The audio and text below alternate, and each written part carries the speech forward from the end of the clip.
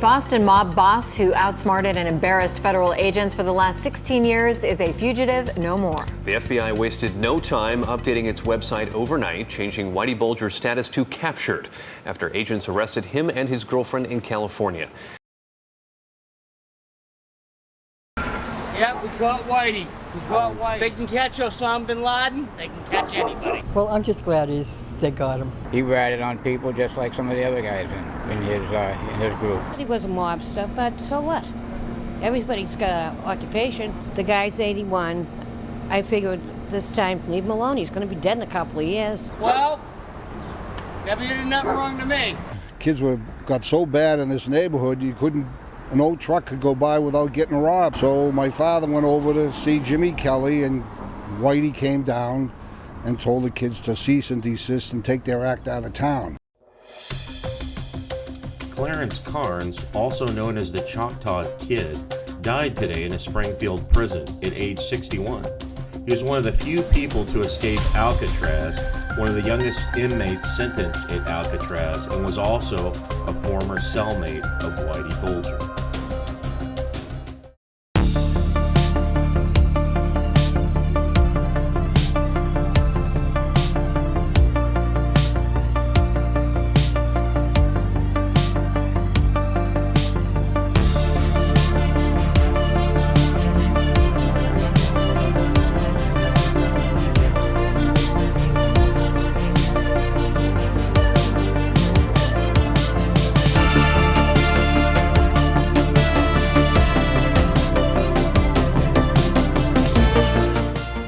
It's not what you do, it's when and where you do it and who you do it to or with.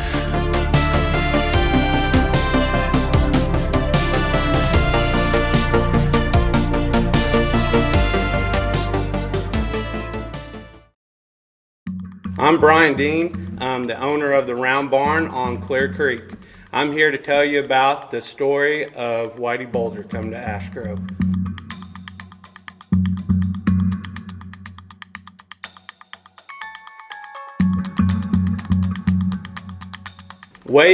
Back probably early 1990s, I was hanging out with my grandpa. Whitey Bulger's just in and out through the summer. Whitey Bulger's court dates were on TV. I'm asking Grandpa, who is this guy that you're watching? And he started breaking into a story of telling me, hey, this guy was in Ash Grove. And I actually rubbed shoulders with this guy. So the story goes, when he broke into it, was a local guy, Ron and Shirley Dingus, a good friend of my grandpa, Mike McGilvery, and Wilma.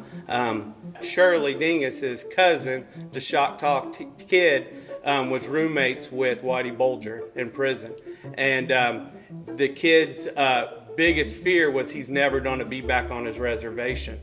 And Whitey Bulger stepped up, I guess, and said, if something happens to you, your funeral will be taken care of, and I'll get you back to the reservation.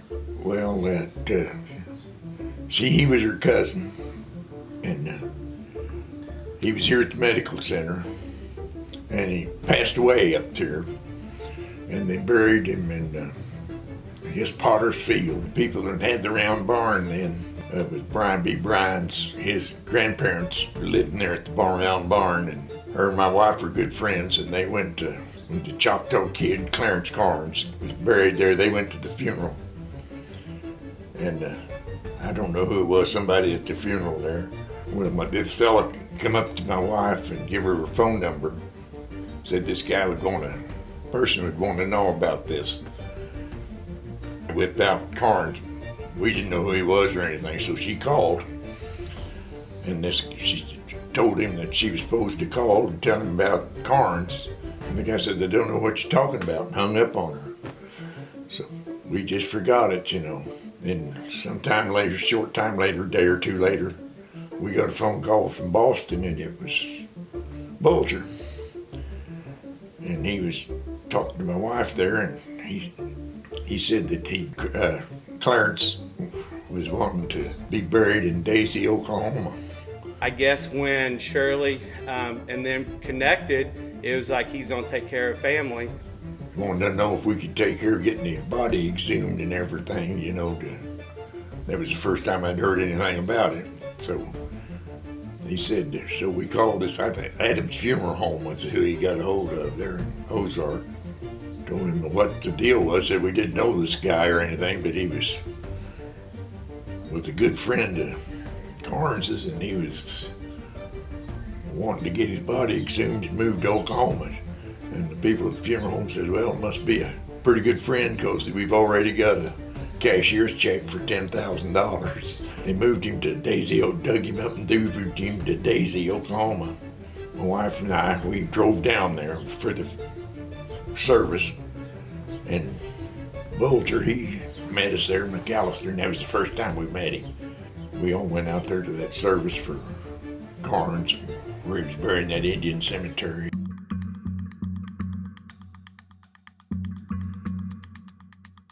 We just kind of stayed in touch with him there. My wife got sick. Whitey sent her a big bouquet of flowers, like a huge bouquet, you know. Then she didn't come home from the hospital. And when Shirley passed away, Whitey Bulger shows up to the nursing home with a briefcase in hand, and this is what Grandpa told me, and hands the funeral director a briefcase of money to pay for the funeral. And next thing I knew, he flew back here, went for the funeral for her service, paid for all the funeral and everything. And that was the last time I seen him. They hung out afterwards, and supposedly Grandpa was like, I'm gonna go put wood on the fire and at the house, at the farm, and Whitey Bulger said, you know, can I go check out your farm for you? I would like to see it. And so Grandpa, they hopped into the truck, drove over here and to the farm, and he showed him the farm, drove him around the place, around the round barn, all the farm, the 220 acres here. And then Grandpa threw some wood on the fire, and as he comes back out, he said he was writing in. My grandpa always had a Times magazine or some agricultural magazine sitting in the middle of his console of his truck, and Whitey Bulger was writing in it, and he just blew it off. They headed back to Ron Dingus's house, and as they were getting out, Whitey Bulger said, hey, inside cover, there's a number. If you ever need anything, call it. Well, the night went on. Grandpa and them came home, and Grandpa, he knew sort of the guy that he was dealing with, and so he said he went right to the burn barrel, threw that Times magazine into the burn pile, and burned it right then.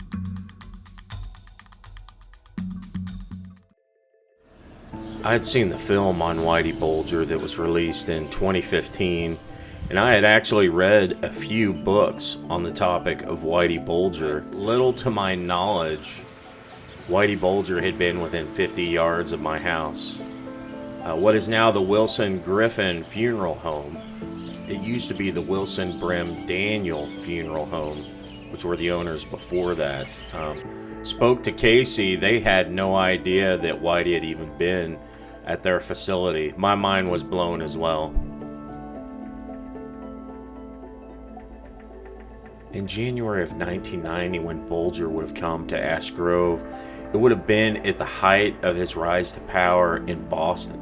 Upon later investigation, the FBI would discover that around this time frame in 1990, Whitey Bulger was busy pushing out drug dealers from his region that were selling to kids. He was very against the dealers selling to children. And so he was knocking off dealers, and he was pushing dealers out of his area. That would have been one of the activities that was going on during this time frame. James Whitey Bulger was born September 3rd, 1929. He grew up in a housing project in South Boston. The second of 6 children, his first arrest was at the age of 13 for delinquency. Mr. Bulger was arrested in 1956 for robbing banks in Massachusetts, Rhode Island, and Indiana. He was sentenced to 20 years in prison but served 9. 3 of them were at Alcatraz. While in Alcatraz, Whitey Bulger actually participated in the CIA's infamous MK Ultra project, doing LSD research. So what they would do is they would have these prisoners trip on LSD to look at the effects of LSD on human behavior. And so they receive like good credits for their participation. So over the years, or the period of time in the program that Whitey Bulger was involved in this project, he actually tripped on LSD 50 times.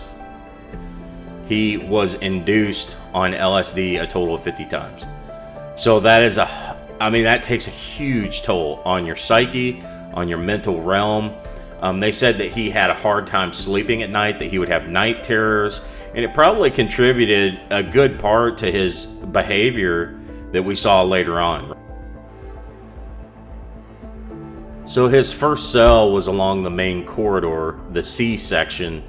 It was cell C-145, where he was located in Alcatraz, and when he was there, he would actually meet Clarence Joe Carnes. They passed along messages from several friends who had already made their way to the island, and Carnes and Bulger became very good friends during this time at Alcatraz. He eventually moved to the upper section of the C block, which was this was a highly desired area, because on those higher tiers, the prisoners could hear in advance correctional officers ascending the stairs during routine inspections, so it gave them a head start, right, if they needed to get rid of anything. So in 1960, Whitey took a job in the prison laundry working under an officer, A.G. Bloomquist, nicknamed Bloomy. And it was here that the typical guard versus prisoner relationship, actually that stereotype vanished between them.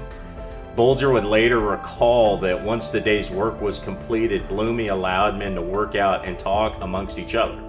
The respect for Bloomy rose to such a level among the prisoner population that there was an unspoken code among the men that in the event of any escape attempt, Bulger later noted in an interview, Bloomy would not be harmed. For me, he became a trusted friend, even following my release from prison.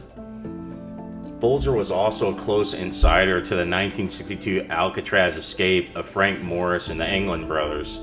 Having snuck up a friendship with Morris in Atlanta, he helped offer advice on the best methods for not only the mechanics of the escape, but also how to avoid being captured during the years of freedom.